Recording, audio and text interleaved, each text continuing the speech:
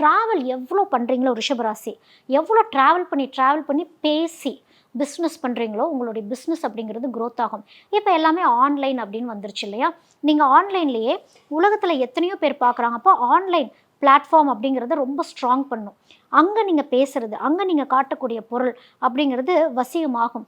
உங்களால் மற்றவங்களுக்கு டீச்சும் பண்ண முடியும். ரிஷபராசிக்காரங்கனால நீங்கள் கற்றுக்கிட்ட தொழிலை மற்றவங்களுக்கு சொல்லி கொடுத்து அவங்களையும் ஒரு தொழில் முனைவோர் ஆக்குறீங்க அப்படின்னா, ஏன் இதை நான் உங்களுக்கு சொல்கிறேன்னா, இந்த ரிஷபராசியில் பிறக்கிறவங்களுடைய குடும்பத்தில் பெண் சாபம் அப்படிங்கிறது ஒன்று இருக்கும். இந்த பெண் சாபத்தை எப்படி நம்ம சரி பண்ணணும் அப்படின்னா, ஒரு பெண் இன்னொரு பெண்ணோட வளர்ச்சிக்கு உதவி பண்ணணும். அப்படி உதவி பண்ணிட்டீங்க அப்படின்னாலே பாதி பெண் சாபம் அப்படிங்கிறது நீங்கிரும். அவங்க கிட்ட இருந்து நீங்கள் வாழ்த்து வாங்கணும். உங்களால் நான் வாழ்ந்தேன், நீங்களும் நல்லா இருக்கணும் அப்படின்னு அந்த வாழ்த்தை வாங்க வாங்க உங்கள் வாழ்க்கை க்ரோத் ஆகிட்டே போகும்.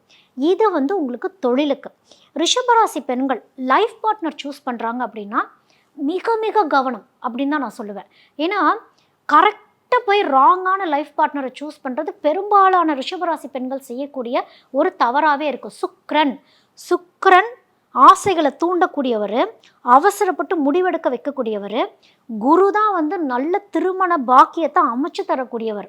அப்போ ரிஷபராசி பெண்கள் குருமார்களாகிய, ஏன் எங்களுக்கு அரேஞ்ச்டு மேரேஜ்னு சொல்கிறீங்க, நாங்கள் லவ் மேரேஜ் தானே பண்ணணும் அப்படின்னா, லவ் மேரேஜ் கொஞ்சம் வருஷத்துக்கு நல்லா இருக்க மாதிரி இருக்கும். ஆனால் குரு என்ன பண்ணுவார் அப்படின்னா, நீங்கள் சூஸ் பண்ணின பார்ட்னர் எங்கேயோ ஒரு இடத்துல தவறுங்கிறத குரு சுட்டி காட்டாமல் விடவே மாட்டார்.